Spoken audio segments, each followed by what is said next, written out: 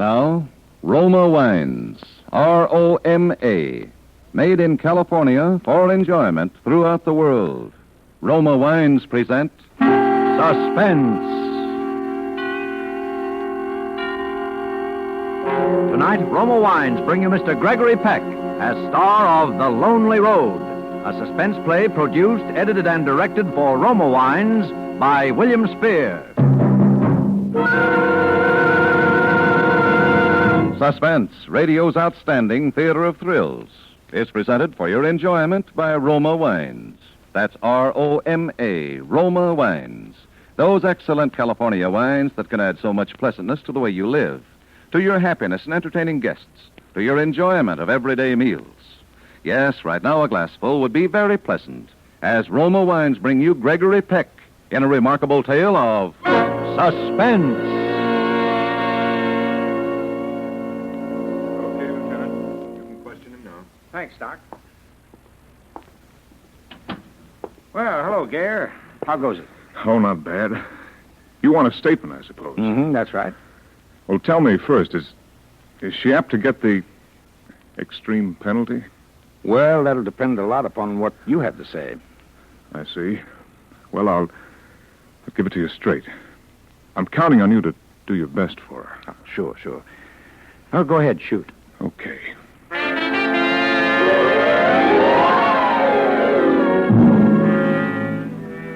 The first time I saw Jenny, she was coming along the road carrying a suitcase. I knew she was headed for our place because it's the only house for miles around there. I was trimming the hedge, and I'd got as far as the rear gate when she reached it. I waited for her to speak. Is this the Gare place? That's right. What can I do for you? You had an ad in the paper for a girl to do general housework. Oh, yes, of course. Well, come along into the house. My wife will want to have a talk with you. This is a beautiful place you've got here, Mr. Gare. But it's certainly hard to get to. You've walked from the highway? Yeah. Must have been almost 5 miles. The sun is something fierce. I almost gave up. Don't any buses run along here? No, we're pretty isolated. If when there's help in the house, I always manage to give them a lift into town. That makes it nice, Mr. Gare. What's your name? Jenny. Jenny what?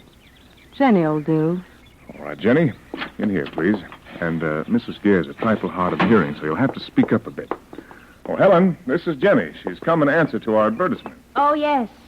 I'm very glad to see you, Jenny. Won't you sit down?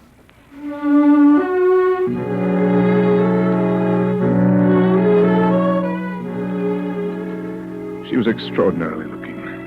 Not beautiful or pretty. Striking, I guess, would be the word. She had heavy black braids wound about her head. Her eyes were a clear green and looked straight through you. And she was lean and powerful, like a young animal, a leopard or a panther or something. Well, my wife engaged Jenny. That night she cooked an excellent dinner and served it well. She had on a purple skirt and a cerise, I guess you'd call it, blouse, and I could see Helen eye it with disfavor. Every time the girl came close to me, I could feel the strength of her.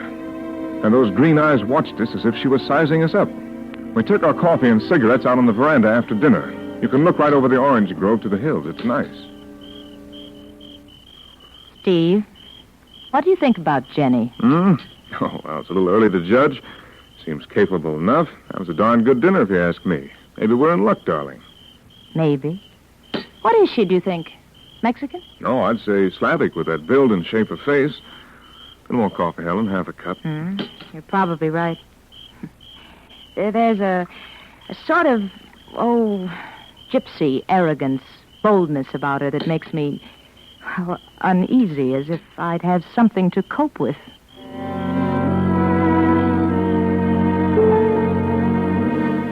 We went up to bed early. I was pretty exhausted every night with all the physical work I had to do. I turned out the light and for some reason stepped over to the window. Jenny's room was downstairs on the same side of the house as ours in the rear. Her light was still on. She was getting ready for bed, and her shadow, huge and black, lay across the lawn. Her arms were raised to take down those heavy braids. There was something actually classic about the thing. The picture of it stayed in my mind long after I'd got into bed. Well, 2 or 3 days went by, and Jenny, well, the thing was, you were conscious of her all the time. Wherever she was, about the house, whatever she was doing, you thought about her. I was working in the garage one afternoon when she came out there with the butcher knife. Mrs. Gare says you've a whetstone out here. Could I get you to sharpen my knife for me, Mr. Gare? Of course. Just a moment. What's that you're doing? Oh, I'm trying to mend this old bear trap. Oh, are you a trapper, Mr. Gare? Oh, no. Hardly. There's a coyote around that's been stealing the chickens. I'm hoping to catch him. There. Now then, let's have the knife.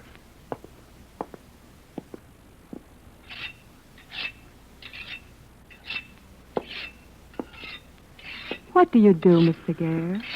Well, Jenny, Mrs. Gare was a concert pianist at the time of our marriage. I was a manager. Now I take care of her properties. Holdings, investments, you know. You mean you sign things for her, like checks and papers and things? Power of attorney, yes, that's part of it. Pretty soft for you. Huh, Mr. Gare? On the contrary, it's quite a job. Keeps me busy. I still say you've got a pretty setup. And she didn't get such a bad deal herself. She's crazy in love with you. Anybody can see that. Why not? You're good looking, Mr. Gare. And young. You must be at least 12 years younger than she is. Now, here's your knife, Jenny. Careful now. It's like a razor. Thanks a lot. That's the way I want it. I can't stand a dull knife. So, I'll probably bother you often.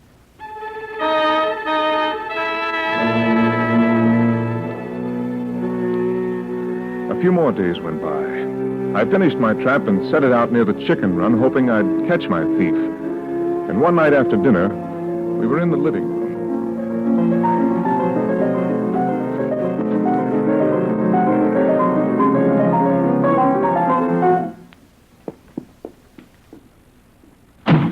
What's the matter, Helen? Steve, it's that girl. She was standing there in the dining room door listening. Jenny? Well, she probably likes music. What's the harm? Oh, it isn't that. She's always listening and watching. It's beginning to get on my nerves. How about her work? Oh, well, she works hard enough. She's willing and clean as a pin, but... Well, I have a feeling she doesn't respect me, that I just don't figure in her scheme of things. She's just simply taken the place over. I don't even run my own house anymore. Well, fire her, or why don't you? Oh, no, I couldn't. Say the word and I'll do it for you. No, I don't want you to. Steve, frankly, I'd be afraid to tell her to go. She might get ugly and set fire to the house or something. Oh, I never heard such nonsense in my life. What ails you, Helen? Aren't you well? I'm just terribly nervous, Steve. Maybe that's why she takes advantage.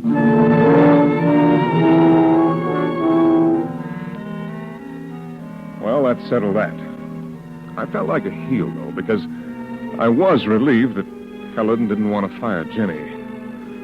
I was obliged to admit to myself that the girl was getting under my skin. Any little service she had to perform for me, she made very special, standing as close as she dared. I could feel the magnetism of that strong, perfect body. Her hair smelled like new apples, and those clear green eyes would linger caressingly in mine. Then, after about 2 weeks, one night, it must have been 1 or 2 o'clock. Steve, wake up. What's the matter? That girl. I think she's out there in the hallway. I think she's been in this room. Oh, Helen. I'm frightened, Steve. Please make a light. Oh, all right.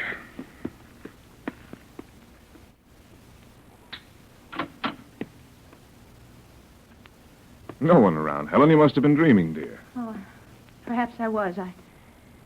I dream about her often, Steve. Horrid, confused kind of dreams. I'm trying to scream for help and can't. It's just... Oh, good Lord, Helen. I never thought anybody could get you down. You've got to control yourself somehow. This is just plain silly. Yes. I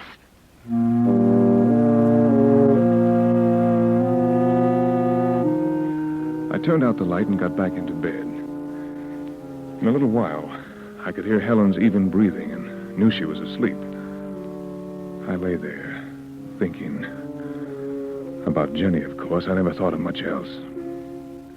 In a moment, I heard the piano. so faint I thought I was imagining it. And it came again. Weird. Ghostly. I got up again, put on my robe, and slipped downstairs. The living room was dark except for the moonlight pouring through the window. And Jenny's figure, black against the light, was moving towards me. Almost before I knew it, she'd pressed close against me, crushing her mouth to mine. It was like being stung. Sharp, sweet, terrible.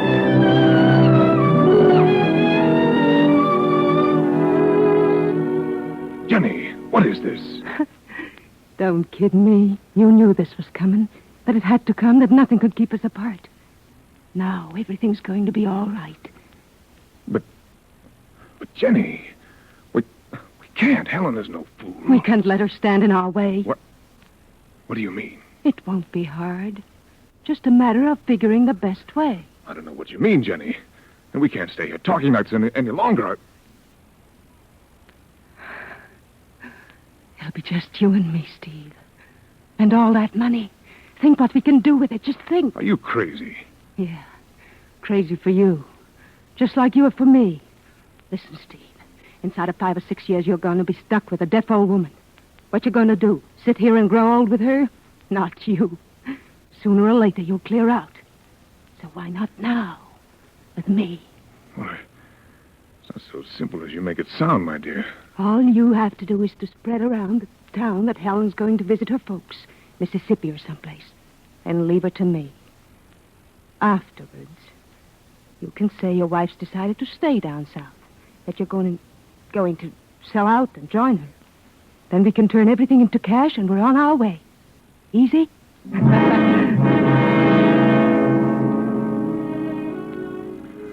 The next few days I worked outside till my hands bled and my whole body shrieked with pain.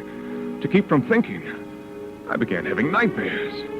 I'd wake up in a cold sweat and lie there longing for daylight, swearing that as soon as morning came, I'd throw that girl out of the house. But she'd brush against me or touch my hand, and I'd be wild for her again. I guess I knew then that sooner or later I'd agree to nearly anything she asked.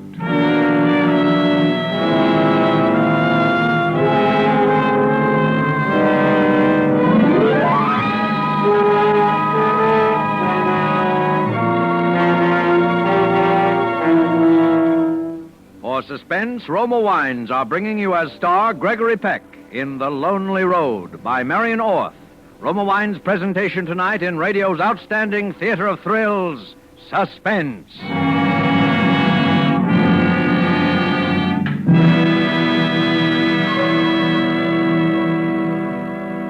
Between the acts of Suspense, this is Truman Bradley for Roma Wines. Today is the first day of spring, a welcome time everywhere, but especially at Roma. For in Roma's carefully kept vineyards, located in California's choicest wine-growing districts, the precious vines are already stirring with renewed life. The eternal miracle of soil and sun is now creating the luscious goodness of tender grapes that Roma's master vintners patiently, unhurriedly, guide to tempting, mellow wine perfection for you. If you've never enjoyed fine Roma California wines, you'll be delighted to discover Roma can offer you so much taste luxury for so little.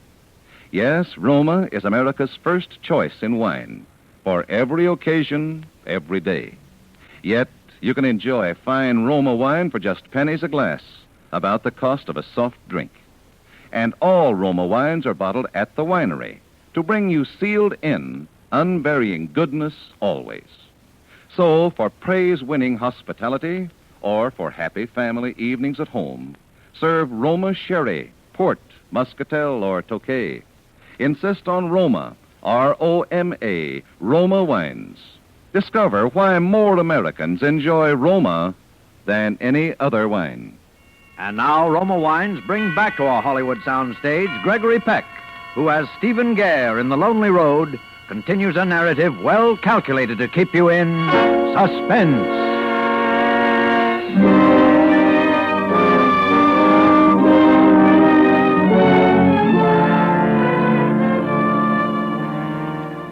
Helen began to get on my nerves. It seemed that every day she looked older, washed out, became deffer.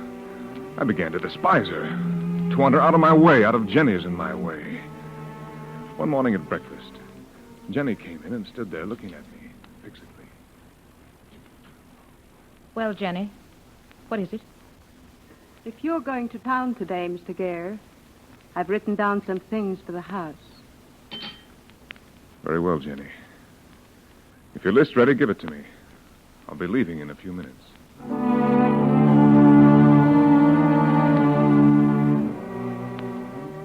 I knew what she meant. She was getting impatient. A reply, which she waited for with those green eyes fixed on mine, was virtually a consent to her plan. As for me, I wasn't sure what I meant to do, but I thought it would do no harm, at least, to set the ball rolling. In town, I dropped into the garage and asked the mechanic to look the car over. I said Mrs. Gare was planning a trip to visit her family in Mississippi, that I'd have to drive her into Tucson to take the train, and that my tires weren't so good. After that, I stopped at the realty office. Well, really, Mr. Gare, you're thinking of selling that beautiful place of yours? Oh, it's just a possibility. I don't want any prospective buyers about the places yet, but my wife is planning a trip south, and I may follow her and remain there permanently. Help such a problem. A place of ours takes a lot of handling. A fellow gets fed up after a while. Well, there'd be no difficulty disposing of the property, Mr. Gare. Well, just let me know when you're ready, and meanwhile, I won't bother you with people coming.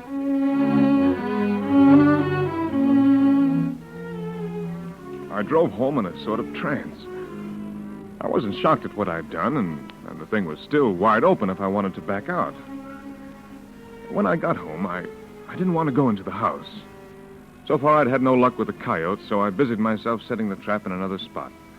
While I was doing this, Jenny came out with that butcher knife again, and we went into the garage. Helen was at the piano.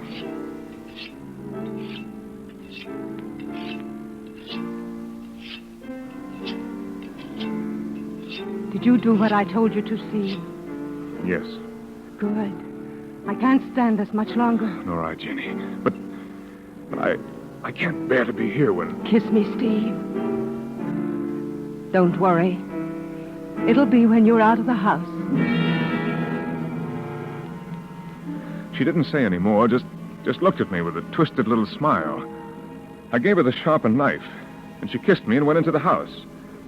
At dinner that night, Helen said... I had words with Jenny today, Steve. I can't have her around any longer. You can fire her tonight if you will. What? Oh, no, my dear. I offered to do it once, and you wouldn't let me. Now you'll just have to do it yourself. Steve, I'm afraid of her terribly. Why, has she been ugly, threatening? Don't shout so, Steve. I'm not as deaf as all that. And she'll hear you. No, she hasn't threatened me, nothing like that. There's just something about her that fills me with horror. Oh, you're imagining things, Helen. What possible reason could she have for harming you? I don't know, but this house has become a dreadful place. I'm cold all the time, and I'm shaky, and you seem different. You look at me sometimes as if you hate me. Now, see here, Don't Helen, try to reason with me. If she doesn't get out of this house quick, I'll lose my mind. She's like a witch or something malignant or evil. Jenny came in just then to change the plates for dessert. As she bent over to take the platter, she held that knife in her hand in such a way that my blood ran cold for a minute. After she'd gone out... You haven't noticed it, but lately I haven't taken a mouthful of food until I've seen you start to eat for fear she'll poison me. That's ridiculous. Why shouldn't she poison me as well? Because she's crazy about you. Oh, for heaven's sake. And you're crazy about her. Don't deny it, Steve. I may be deaf, but I'm not blind, you know. Look, Helen, I'm going into town for a drive. If you want to fire Jenny while I'm gone, that's all right with me.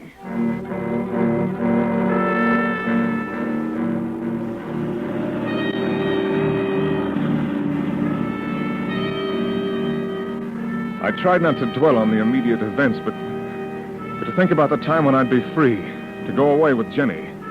The drive into town seemed endless, but at last I pulled up in front of the hotel.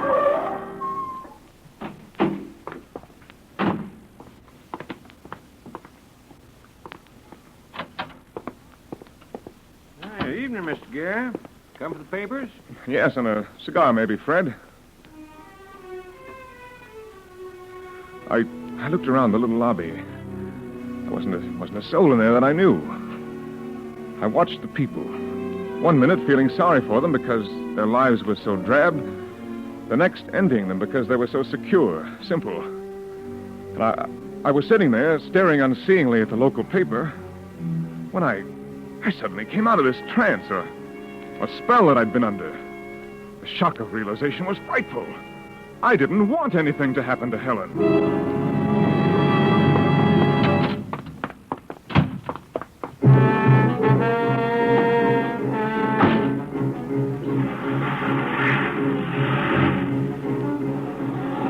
I prayed to heaven I'd get home in time. I kept recalling similar instances of such crimes I'd read in newspapers. I'd always wondered how people could become involved in such things. Well, I knew all about it now. Weak fool to let a coarse creature like that lead me into such a thing. If only I could be in time. I'd throw that girl out and devote the rest of my life to making Helen happy. Helen, generous, loving, intelligent, and talented. Why hadn't I thought of all this before? Then I saw the car. It was parked at the side of the highway right at my turnoff. I knew it was a police car.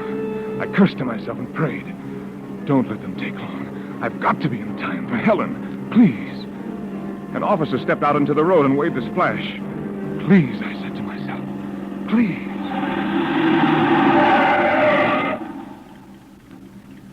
Hello. What's up, officer? Oh, looking for a stolen car, but not a baby like that one. A local car, was it? Yeah. Hey, you better let me have a look at your operator's card, my friend. You must have been doing about 80 along that stretch. Oh, sure. Here you are, officer. Sorry I was overdoing it. I was just in town, and I guess I stayed longer than I intended. My wife's alone in the house and not very well, and I was in a hurry to get home. You live down this road? That's right. Say, maybe that car could have got down in there. I think I'll... No. I mean, I would have seen it. Okay, Mr. Gare. Just take it easy, will you? Certainly will, officer, and thanks. Good night.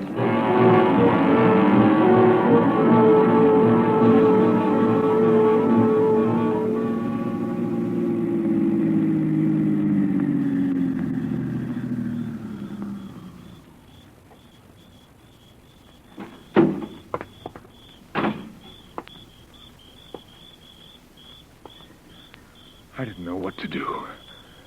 I stood there in the doorway, looking up. There was a light upstairs in the window of our bedroom. It threw a radiance on the screen door and burned with a steady glow, as if it had been burning like that for ages. As if it had witnessed a scene of horror and brooded over it, keeping the secret to itself. When I started finally for the house, my legs were so stiff I could scarcely walk. I stayed off the gravel, walking on the grass, and went in the back door.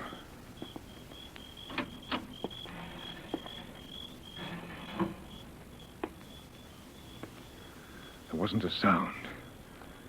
I tiptoed through the kitchen, through the dining room, across the hall. Then I could see the light from that lamp spilling down the stairway at the far end of the dark living room. My heart thumped so loud I could hear it. I wanted to call out, but I didn't dare. Whom would I call? Perhaps everything was all right. Perhaps Helen was up there in bed. How I prayed she was. I hesitated on the threshold, thought of glancing into Jenny's room, but that would have looked queer if nothing had happened. I stepped over the threshold. Ah! It was that trap, that bear trap. Somebody had placed it there, ready for me. Who? The pain was excruciating. I wrenched and pulled at the thing. Helen! Jenny, somebody! Come and give me a hand. Oh!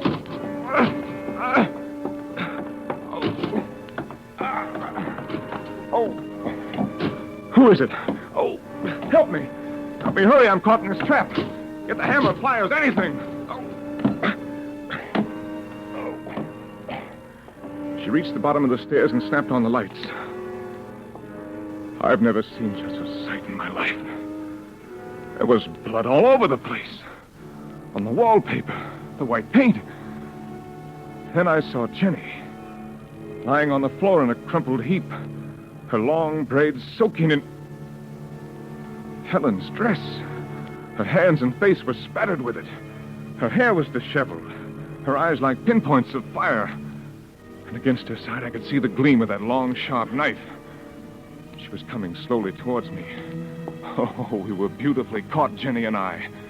She with her knife, I with my trap. Helen, don't look like that.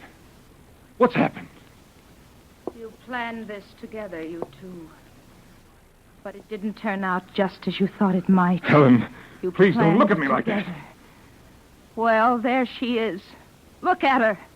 If I hadn't been ready for her, I'd be lying in her place, and you'd be glad, wouldn't you, Steve? No. Helen, are you insane? Drop that knife, for heaven's sake, and listen to me. She came closer. I made a lunge for her. The grip of that steel about my leg threw me off balance, and I fell forward. She sprang on me. I fought her off, but that knife came at me. Face, throat, everywhere like flashes of lightning. Helen, don't do this to me. I swear I came back. Ah!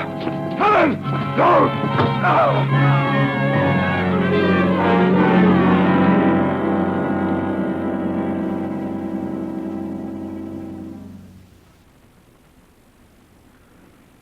Well, Lieutenant, that police car arrived in time to save my life.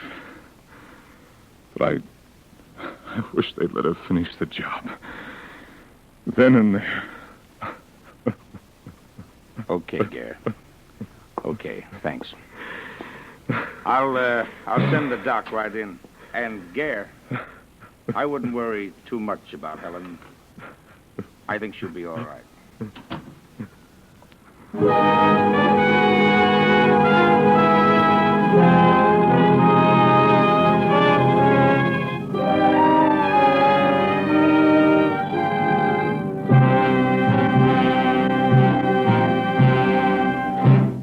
Suspense. Presented by Roma Wines, R-O-M-A, made in California for enjoyment throughout the world. Before we hear again from Gregory Peck, the star of The Lonely Road, tonight's suspense play, this is Truman Bradley for Roma Wines. Here's how millions of American homemakers are relieving the monotony of meatless Lenten meals. They are adding zest and freshness to otherwise drab menus by serving a fine Roma table wine. Yes, Roma wine makes the difference between just eating and friendly, enjoyable dining. Try serving Roma California Sauterne with your favorite fish tomorrow. Discover how delicate, pale gold Roma Sauterne lends enchanting new charm and companionship to your table. How Roma's delightful fragrance and smooth, palatable goodness make dining more pleasureful. With baked beans or spaghetti, serve full-bodied red Roma California Burgundy. They're perfect flavor mates. Tomorrow, Friday, make dinner a treat with Roma wine. Roma wines cost but pennies a glass. So little, everyone can enjoy them often. Insist on Roma, R-O-M-A, Roma wine, made in California for enjoyment throughout the world. This is Gregory Peck. Like everyone else here in the film colony, I've always admired Suspense, and it's been very exciting to appear here tonight. I want to thank Maria Palmer, who appeared as Jenny, and Cathy Lewis, who enacted the role of Helen in tonight's play. Next Thursday on Suspense, a very famous character of crime fiction will make his debut on the air. That'll be Baynard Kendrick's remarkable blind detective, Captain Duncan McLean. And Brian Donlevy will play Captain McLean in a radio play built around one of the most ingenious and cunning murders I've ever heard about. I'll surely be listening, and I know you will want to listen next Thursday to Suspense. Gregory Peck will soon be seen as star of The Yearling, produced by Metro-Goldwyn-Mayer. Next Thursday, same time, Roma Wines will bring you Mr. Brian Donlevy as star of Suspense, radio's outstanding theater of thrills. Produced by William Spear for the Roma Wine Company of Fresno, California. Suspense is broadcast from coast to coast and to our men and women of the Armed Forces overseas by shortwave and through the worldwide facilities of the Armed Forces Radio Service. This is CBS, the Columbia Broadcasting System.